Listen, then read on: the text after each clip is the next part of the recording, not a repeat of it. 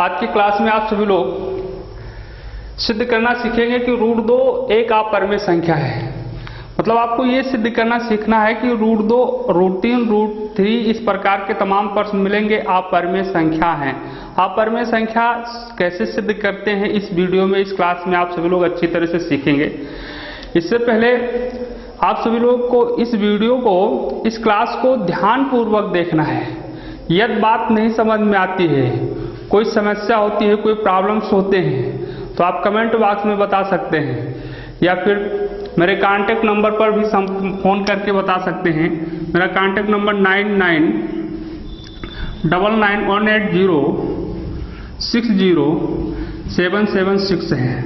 ठीक, तो अब और दूसरी बात, यदि आप सभी लोग हमारे चैनल को सब्सक्राइब नहीं किए हैं तो सब्सक्राइब कर लीजिए और बेल आइकन को भी प्रेस कर लीजिए, और जिससे आपको जब यहाँ से कोई भी वीडियो अपलोड किया जाए तो उसका नोटिफिकेशन प्राप्त हो सके। तो आज के क्लास में हम सभी लोग ये सीखेंगे कि रूट 2 अपरिमेय संख्या है। ये सब लोग जानते हैं, क्लास 9th में पढ़ के आए। इसके पहले वाले क्लास में आप लोग पढ़ चुके कि root 2, root 3, root 5, root 6, root 7 एक अपरिमेय संख्या इरेशनल नंबर है। लेकिन आज की क्लास में हम सभी लोग ये सीखेंगे कि कैसे इसको प्रूव करेंगे कि रूट 2 एक अपरिमेय संख्या है। ठीक, तो इसके प्रूव करने के लिए, सिद्ध करने के लिए दो तरीके हैं और तमाम तरीके हो सकते हैं। तो दो तरीका आप सब लोग जानते हैं। एक तो रूट 2 का आप वर्गमूल निकालिए, वर्गमूल निकालने के बाद में देखेंगे इसका वर्गमूल जो होगा अशांत अनावर्ती दशमलव निरूपण में मिलेगा। मतलब दशमलव के बाद जो भिन्न भिन्न संख्याएं आएंगी, अंक आएंगे, वो भिन्न भिन्न होंगे, अलग अलग होंगे। तो इससे क्लियर हो जाएगा, ये प्रूफ हो जाएगा कि ये अपरिमेय संख्या है। क्योंकि आप लोग जानते हैं जो अपरिमेय संख्या होती हैं उसमें दशमलव के बाद जो अंक आते हैं वो बार बार बदल बदल के अंक आते हैं। तो इसलिए इस तरह से सिद्ध कर सकते हैं। लेकिन ये एक लंबी प्रक्रिया है, वर्गमूल निकालना दशमलव के बाद, अंक के बाद तक कई स्थानों तक निकालना पड़ेगा, तब आपको क्लियर होगा। दूसरा है विरोधाभास विधि। जैसे आपको सिद्ध करना है कि रूट 2 एक अपरिमेय संख्या है, तो उसको हम मान लेंगे विरोधाभास, उल्टा विपरीत करके चलेंगे। रूट 2 को हम परिमेय मान लेंगे, फिर प्रूफ करेंगे। तो इसको इस प्रूफ करने के लिए विधिवत के ध्यान से देखिए, ध्यान से पढ़िए, तो आपके बात सारी समझ में आ जाएगी। प्रश्न आपका है, सिद्ध कीजिए कि रूट 2 एक अपरिमेय संख्या है। अगर रूट 2 सिद्ध करना आपके समझ में आ गया, तो उसी तरह के root 3, root 5, root 6, root 7, root 8 इस तरह के तमाम जो भी हैं एक ही तरीका है सिद्ध करने का। तो पहले आप रूट 2 अपरिमेय संख्या है कैसे सिद्ध किया जाएगा ये सीखिए। हम मान लेते हैं कि रूट 2 एक परिमेय संख्या है। माना कि अंडर रूट 2 एक परिमेय संख्या है। देखिए, सिद्ध मुझे करना है कि रूट 2 अपरिमेय संख्या है, लेकिन मैंने मान लिया उसका उल्टा, अपोजिट, विरोध में, विपरीत माना कि परिमेय संख्या है। तो आप परिमेय संख्या के बारे में जानते हैं, जो भी परिमेय संख्याएं होती हैं वो P/Q के रूप की होती हैं। मतलब P/Q के रूप में होती है। तो इसका मतलब अगर ये परिमेय है तो ये भी P/Q के रूप में लिखा जाएगा, अर्थात रूट 2 = हो जाएगा P/Q। मतलब रूट 2 P/Q के रूप में हो सकता है, क्योंकि परिमेय मैंने मान लिया। जहां P और Q है क्या, जहां P और Q कोई दो सहअभाज्य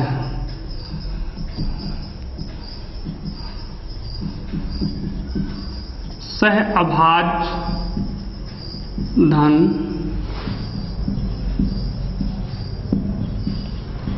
पूर्णांक है।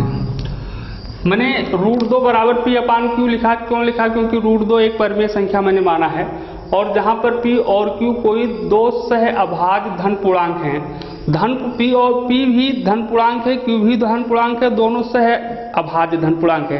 पी और क्यू को मैंने सरलतम में रूप में लिखा है। जैसे सहअभाज्य धन पूर्णांक किसे कहते हैं, ऐसे दो पूर्णांक जिनके एलसीएम HCF1 होता है उसे हम सहअभाज्य धन पूर्णांक कहते हैं। जैसे 5/3 ये अपने सरलतम रूप में लिखा हुआ है, 5 और 3 दोनों का HCF1 होगा। मतलब कोई ऐसी संख्या नहीं है, कोई 5 और 3 का कोई ऐसा उभयनिष्ठ गुणनखंड नहीं है कि जो 5 का भी गुणनखंड हो, जो 3 का भी गुणनखंड हो। तो इसके कहने का मतलब यहाँ भी ऐसा भी है, यही है कि P और Q का कोई उभयनिष्ठ गुणनखंड नहीं है, कोई ऐसा फैक्टर नहीं है जो P में भी विद्यमान हो और Q में भी विद्यमान हो। इसीलिए यहाँ सहअभाज्य गुणनखंड लिखा गया, सहअभाज्य धन पूर्णांक। या ऐसा भी लिख सकते हैं P और Q कोई ऐसे दो पूर्णांक हैं, P और Q का कोई उभयनिष्ठ गुणनखंड नहीं है, जहां तथा Q is not equal to 0। आप जानते हैं जो P/Q वाली परिमेय संख्या होती है उसका Q 0 हर 0 नहीं हो सकता, डिनोमिनेटर 0 नहीं होगा, इसलिए Q is not equal to 0। अब जो आपको रिलेशन मिला √2 इज इक्वल टू P/Q। अब आपको करना क्या है, हम विरोधाभास विधि का प्रयोग कर रहे हैं। जो हमारी संकल्पना है, हमने सिद्ध करना था कि ये परिमेय संख्या है, लेकिन मैंने मान रखा है कि अपरिमेय संख्या सिद्ध करना था, लेकिन मैंने मान लिया है परिमेय संख्या है। मैं उसका विपरीत काम कर रहा हूँ। यहाँ ये भी क्लियर कर दिया गया है कि P और Q दो धन पूर्णांक हैं और सहअभाज्य धन पूर्णांक हैं। मतलब P और Q का कोई उभयनिष्ठ गुणनखंड नहीं है, लेकिन इसे प्रूव करने के लिए मुझे P और Q में कोई उभयनिष्ठ गुणनखंड लाना होगा। तो देखिए, इसके लिए आपको करना ये है कि इसके दोनों पक्षों में वर्ग कर दीजिए। दोनों पक्षों का वर्ग कर देंगे, लिख सकते हैं, लिख लो ऐसे, दोनों पक्षों का वर्ग करने पर ऑन स्क्वायरिंग बोथ साइड, मतलब दोनों पक्षों दोनों साइड का स्क्वायर कर दिया गया। तो इसका वर्ग करोगे तो √2 का स्क्वायर और ये हो जाएगा P/Q का स्क्वायर। तो इसको सरल करके लिखोगे तो √2 का वर्ग 2 ही होता है और ये हो जाएगा P²/Q²। तो इतना लंबा ना लिख के डायरेक्ट लिख लेते हैं, ये 2 हो जाएगा क्योंकि √2 का वर्ग 2 होता है किसी भी, और ये हो जाएगा P²/Q²। यहाँ से मैं इधर मल्टीप्लाई क्रॉस, तो ये P² is equal to 2Q²। अब यहाँ आप ध्यान दीजिए, मतलब ये क्रॉस गुणा करने पर इधर लाएगा क्योंकि 2 को आप समझ रहे हैं 2/1 लिखा है, तो P² इज इक्वल टू होगा 2Q²। अब इस संबंध पर आप ध्यान दीजिए, जैसे जो ये 2Q² लिखा है, 2Q², इसके बारे में सोचिए। 2Q² का अगर गुणनखंड देखा जाए तो 2 × Q × Q, 2Q² का फैक्टर हुआ। तो मतलब आप पहले पढ़ चुके हैं कि प्रत्येक भाज्य संख्या अपने गुणन फैक्टर से क्या होती है, पूर्णतः विभाज्य होती है। तो अब देखिए 2Q² 2 से जरूर विभाज्य है, चूंकि यहाँ पे देखने से स्पष्ट है 2Q² 2 से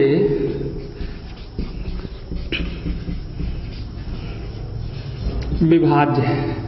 2Q² 2 से विभाज्य है। अब विभाज्य देख सकते हैं भाग करके, 2Q²/2 लिख दो, 2 से क्रॉस होगा तो क्या बचा, Q² विभाज्य है।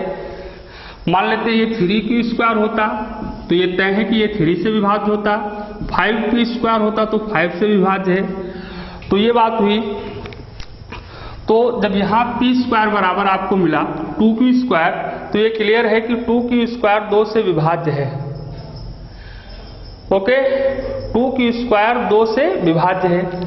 तो अब देखिए बात, P² बराबर 2Q² लिखा है, मतलब इसका ये होता है कि P² का मान 2Q² के बराबर है। तो अगर दोनों के मान, इसके और इसके मान सेम है तभी तो बराबर का निशान लगाएगा। तो जब ये बराबर है और 2Q² 2 से विभाज्य है तो P² भी 2 से विभाज्य होगा। जैसे बराबर की बात आ गई, मान उसका समान है, तो अगर 2² का 2Q² का मान लेते हैं 2 की स्क्वायर का मान लेते हैं, एक संख्यात्मक रूप में समझाने के लिए देख रहे हैं, 50 आता है और 50 अगर 2 की स्क्वायर बराबर 50 है तो पी स्क्वायर का मान भी 50 ही होगा। तो 2 की स्क्वायर 2 से विभाज्य है, इसका मतलब 50 2 से विभाज्य है, तो ये 50 भी 2 से विभाज्य है क्योंकि मान बराबर है, तो पी स्क्वायर भी 2 से क्या होगा, विभाज्य होगा। तो 2 की स्क्वायर 2 से विभाज्य है, इसका मतलब पी स्क्वायर और 2 की स्क्वायर के मान बराबर है, तो पी स्क्वायर भी 2 से विभाज्य होगा। इसलिए पी स्क्वायर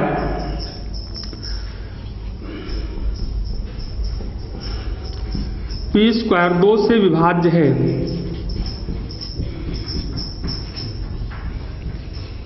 बात यहां तक समझ में आ गई आप सब लोगों को? ये आपको समझाने के लिए मैंने लिखा था, इसलिए हटा दिए। अब बात ये हुई, इससे पहले की क्लास में, पहले की वीडियो में आप सब लोगों को मैंने पढ़ा रखा है कि यदि किसी संख्या का वर्ग, जैसे मान लेते हैं ये स्क्वायर p से विभाजित है या ये स्क्वायर p से विभाज्य है, तो ये भी p से विभाज्य होगा। तो यहाँ p स्क्वायर 2 से विभाज्य है तो p भी 2 से क्या होगा, विभाज्य होगा। तो इसलिए मतलब आप पढ़ चुके हैं, अगर किसी संख्या का वर्ग किसी धन पूर्णांक से विभाज्य है तो वो संख्या उस धन पूर्णांक से भी विभाज्य होगी वो संख्या। तो यहाँ पे आप देखिए p का वर्ग है, p स्क्वायर मतलब p का वर्ग 2 से विभाज्य है, p का वर्ग 2 से विभाज्य है तो p भी 2 से विभाज्य होगी। इसलिए p भी 2 से विभाज्य है। तो ये तय हो गया p 2 से विभाज्य है, तो इसका मतलब अगर p 2 से विभाज्य है तो p का एक गुणनखंड 2 जरूर होगा क्योंकि 2 से विभाज्य है। अब हमें ये भी सिद्ध करना होगा कि q भी किसी संख्या से विभाज्य है या q 2 से विभाज्य है। तो अब ये कैसे सिद्ध करेंगे? अब जैसे p स्क्वायर बराबर 2 की स्क्वायर, तो p बराबर आप कुछ मान लेते हैं। जैसे अब इसको समीकरण नंबर फर्स्ट मान लीजिए, माना कि p बराबर 2x मान लेते हैं, कुछ भी मान लो, 2 जरूर होगा। ये ध्यान दीजिए आप यहाँ, जैसे p स्क्वायर बराबर 2q स्क्वायर है तो p बराबर आप 2x मानेंगे या p बराबर 2y मानेंगे या p बराबर 2n मानेंगे या p बराबर 2z मानेंगे, कुछ मान इसी के गुणांक में आपको मानना है। अगर p स्क्वायर बराबर 3q स्क्वायर होता तो यहाँ मैं मान लेता p बराबर 3x, p स्क्वायर बराबर यहाँ लिखा होता 5q स्क्वायर तो p बराबर हम मान लेते 5x। तो यहाँ ध्यान रखना, इसके अनुसार मानना है। अब हमें q के गुणनखंड को देखना है। अब p का मान समीकरण फर्स्ट में रख लेना है, तो यहाँ लिखिए समीकरण फर्स्ट से, तो फर्स्ट समीकरण हमारा है p स्क्वायर, यह इधर आ जाए, इस पर नीचे देखेंगे। फर्स्ट समीकरण मेरा है p स्क्वायर बराबर 2q स्क्वायर, p स्क्वायर का मान लाके हम रख देते हैं, p का मान लाके रख देते हैं। p का मान मेरे पास 4x है, 2x है, वो नहीं, p का मान 2x है, तो p के प्लेस पर मैंने रखा 2x स्क्वायर लगा था, लगा दी, ये 2q स्क्वायर हो गया। तो 2x का स्क्वायर है तो 2 दूनी 4, x स्क्वायर 4x स्क्वायर हो जाएगा, बात समझ रहे हैं।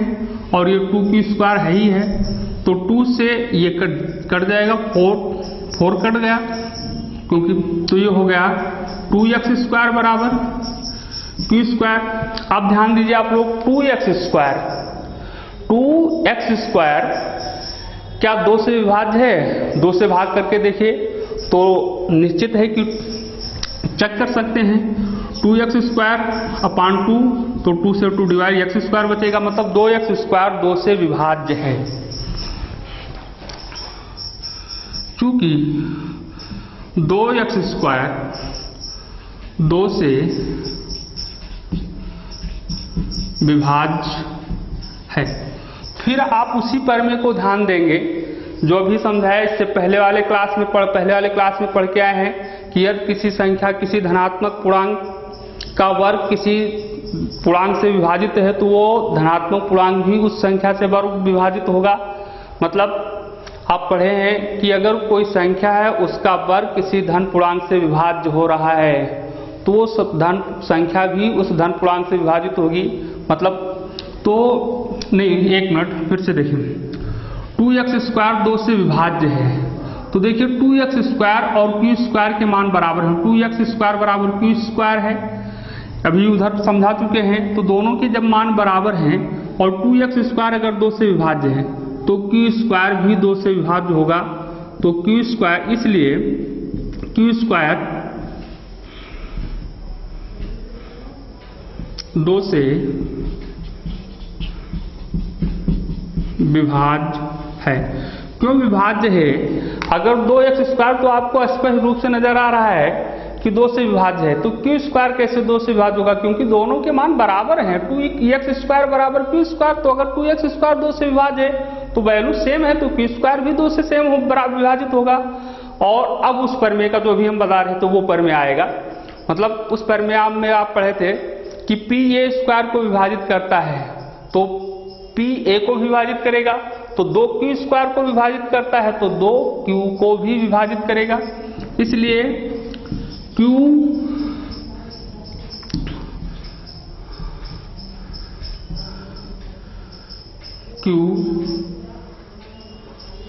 2 से भी विभाज्य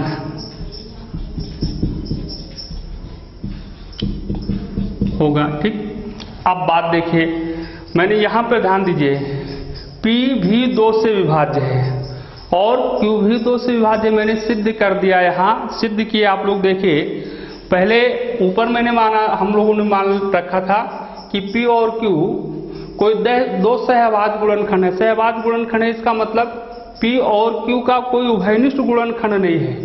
लेकिन यहाँ देखिए कि p 2 से विभाज्य है तो इसका मतलब p का एक गुणनखंड 2 हुआ। यहाँ भी सिद्ध हुआ, क्लियर हुआ कि pq 2 से भी विभाज्य है, मतलब q का भी एक गुणनखंड 2 हुआ। तो p का भी एक गुणनखंड 2 है, q का भी एक गुणनखंड 2 है।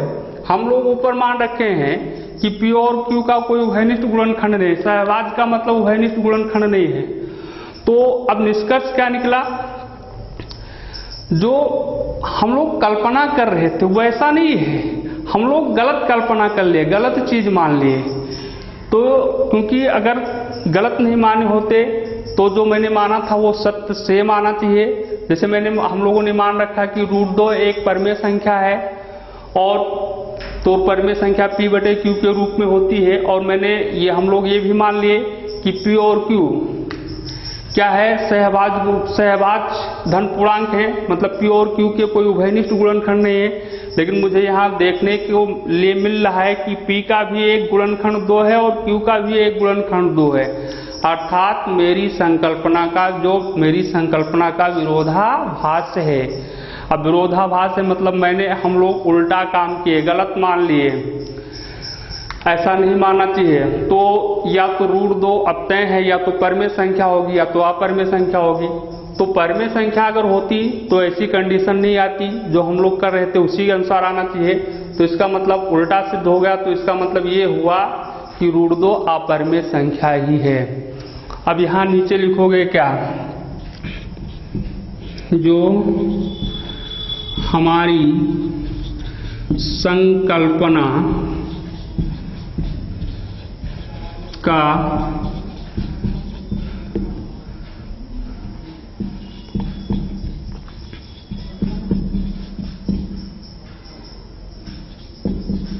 विरोधाभास है।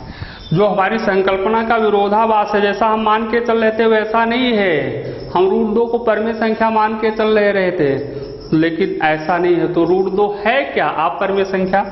इसलिए √2 एक अपरमेय संख्या है।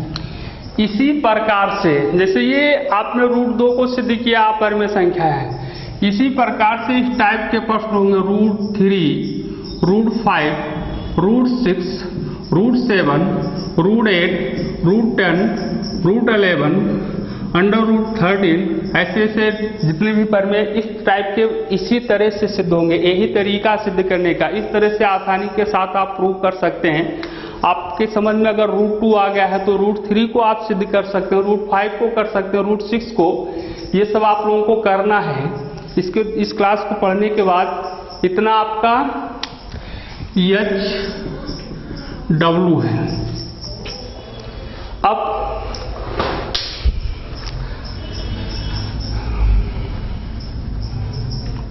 चलिए एक इसमें से और हम प्रूव करा देते हैं, √3 को और समझाते हैं तो ताकि आप लोगों का थोड़ा और क्लियर हो जाए। तो सिद्ध कीजिए कि √3, मान लेते हैं सेकंड क्वेश्चन आ गया, √3 एक अपरिमेय संख्या है। तो ये भी इसी प्रकार के सिद्ध करते चले जाएं। जो विधि आपने पढ़ी अभी वो मान लेते हैं एक प्रकार से बिल्कुल सांचा है, कोई सामान बनाने वाला सांचा है, उसी में आप रखते, जैसे √2 रखते गए थे, अब वहां पर √3 करते रखते हुए चले जाना है। तो इसी के लिए, इसको प्रूफ करने के लिए जैसे सिद्ध कीजिए √3 एक अपरिमेय संख्या है, तो फिर इसका हम विरोधाभास विधि ही अपनाएंगे। यहां लिखेंगे माना कि √3 एक परिमेय संख्या है। तो आप जानते हैं जो परिमेय संख्या तो वो P/Q के रूप में जरूर लिखी जाएगी।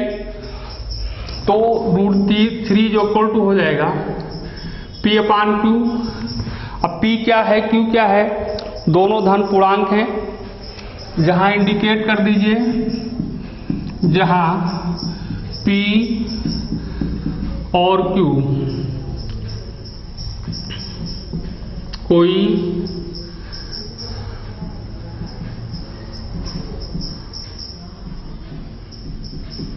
सहभाज्य धन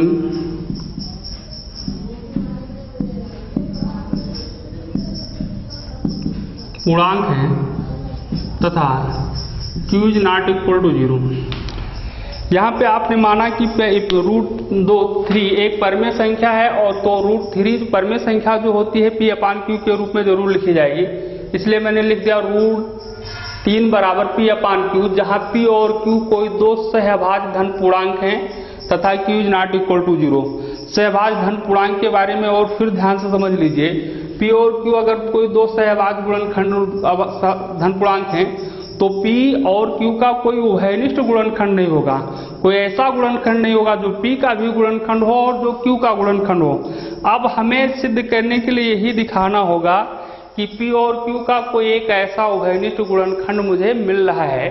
तो देखिए, अब आप √3 जो इक्वल टू P/Q, यहाँ फिर वही काम जो √2 वाले में देखे थे, दोनों पक्षों में वर्ग किया गया था। यहाँ भी आपको दोनों पक्षों में वर्ग कर देना है, स्क्वायर कर देना है। दोनों पक्षों में या दोनों पक्षों का वर्ग करने पर तो वर्ग करेंगे तो √3 का स्क्वायर आपका 3 ही होगा और ये क्या हो जाएगा P²/Q²। अब इससे मल्टीप्लाई करेंगे, यहाँ /1 माना जाएगा, 3/3 लिखा है, इसका मतलब 3/1 लिखा है। तो ये हो गया आपका P² = 3Q²। अब ये आ गया 3Q²। तो 3Q² 3 से विभाज्य है या नहीं विभाज्य है? आपको लग रहा है बिल्कुल, क्योंकि इसके गुणनखंड करोगे तो 3 × Q × Q, तो 3Q² का Q मतलब 3Q² में 3 एक गुणनखंड है। इसका मतलब 3Q² 3 से विभाज्य है। 3Q² 3 से विभाज्य है। यहाँ लिखिए, चूंकि 3Q² 3 से विभाज्य है तो अब आप समझ रहे हैं P² बराबर 3Q² लिखा, मतलब P² और 3Q² के मान बराबर हैं। और यदि 3Q² 3 से विभाज्य है तो P² भी 3 से विभाज्य होगा, क्योंकि दोनों के मान बराबर बराबर हैं। इसलिए P²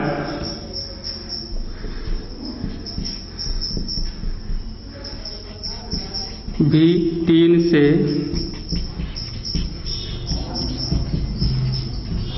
विभाज्य है। P² भी 3 से विभाज्य है। अगर P² 3 से विभाज्य है तो वो पर में फिर यदि पी ए स्क्वायर को विभाजित करता है तो पी ए को विभाजित करेगा। इस प्रमेय पर बहुत चर्चा हुई है पिछले वीडियो में कि अगर कोई संख्या है और उस संख्या का वर्ग किसी पूर्णांक से विभाजित है तो वो पूर्णांक वो संख्या भी उससे विभाजित होगी उस संख्या से। तो पी स्क्वायर अगर 3 से विभाजित है तो पी भी 3 से विभाज्य होगा। उस प्रमेय का उपयोग हर जगह का इस तरह के सवाल सिद्ध करने में जरूर किया जाएगा। तो P भी 3 से विभाज्य होगा। अब P 3 से विभाज्य होगा, यह तय हो गया। अब मुझे Q को भी दिखाना है कि 3 से विभाज्य है, तो इसके लिए मैंने पहले √2 वाले में समझाया था कि जैसे अब यहाँ P बराबर मान लेते हैं, माना कि P बराबर 3m मान लिया, 3x 3y, क्योंकि मैंने समझाया था, बताया था आप लोगों को यदि P स्क्वायर बराबर 3q स्क्वायर तो यहाँ P बराबर 3m 3x या 3m कुछ भी मानेंगे। P स्क्वायर बराबर 7q स्क्वायर तो यहाँ हम P बराबर क्या मानते हैं 7m कुछ मानते हैं इसे। तो इसको हम समीकरण फर्स्ट मान लेते हैं। अब समीकरण फर्स्ट मेरा है P स्क्वायर बराबर 3q स्क्वायर, P स्क्वायर बराबर 3q स्क्वायर हो गया। अब P का मान P स्क्वायर की जगह पर पुट कर दीजिए, तो P के प्लेस पर क्या रखा जाएगा 3m स्क्वायर और ये होगा 3q स्क्वायर। तो आप समझ रहे 3m स्क्वायर है तो ये आपका हो जाएगा 3 3 9m square is equal to इधर आपका 3q स्क्वायर, ये 3 से कट रहा है डिवाइड हो रहा है तो 3 3 जा, तो यहाँ 3m square is equal to आ गया q स्क्वायर।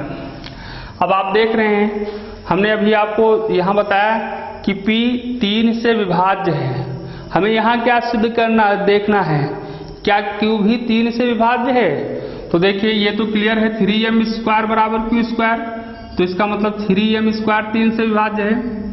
चूंकि 3m स्क्वायर 3 से विभाज्य है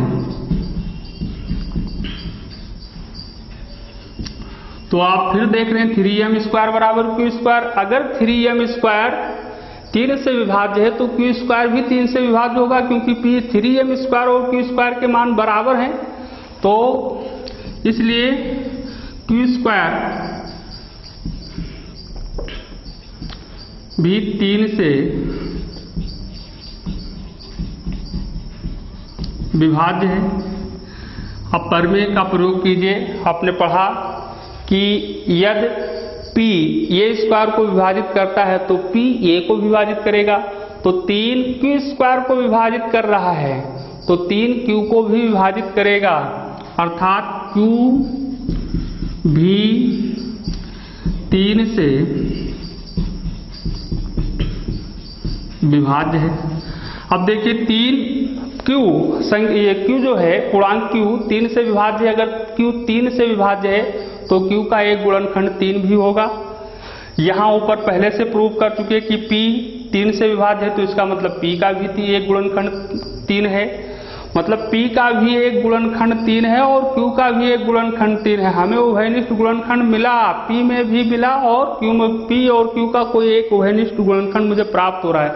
लेकिन ऊपर मैंने मान रखा था कि कोई उभयनिष्ठ गुणनखंड नहीं है, लेकिन सिद्ध करने में पता चला कि गुणनखंड है, तो हमने जो माना था वो गलत माना, ठीक।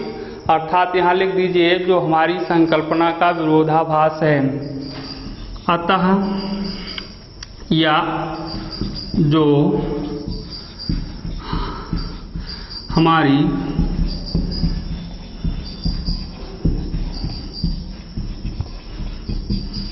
हमारी संकल्पना का विरोधाभास है, ठीक। अगर विरोधाभास विपरीत काम हो रहा है, इसका मतलब मैंने गलत मान लिया। मैंने क्या मान लिया, √2 एक अपरिमेय संख्या है, √3 एक परिमेय, मैंने ये माना है पर यहाँ हल करते समय कि √2 एक परिमेय संख्या है। लेकिन ये जो मैंने माना मेरी संकल्पना का विरोधाभास से उल्टा हुआ, तो इसका मतलब √3 एक अपरिमेय संख्या है। इसलिए √3 एक अपरिमेय संख्या है। ठीक इस प्रकार से आप सभी लोग √2 और √3 को मैंने सिद्ध करने के लिए बताया कि √2 और √3 एक अपरिमेय संख्या है, कैसे सिद्ध करते हैं। तो सेम मेथड है, √5 √6 √7 √8 √10, मतलब इस तरह के प्रश्न है, मतलब m टाइप का कोई प्रश्न है तो उसको इसी मेथड से आप प्रूव कर सकते हैं। तो मुझे आशा है कि आप सभी लोगों के बात समझ में आ गई होगी। तो ये आज आपका w है, इतना आपको करना है। आगे और तमाम प्रकार की संख्याओं को अपरिमेय संख्या प्रूव करना होता है, सिद्ध करना होता है, जिसको हम अगले क्लास में पढ़ेंगे। तब तक के लिए आप लोग ये होमवर्क कीजिएगा और हमारे चैनल, हमारे इस वीडियो को अपने मित्रों को भी शेयर करना है और सब्सक्राइब भी कीजिए, लाइक भी कीजिए। धन्यवाद।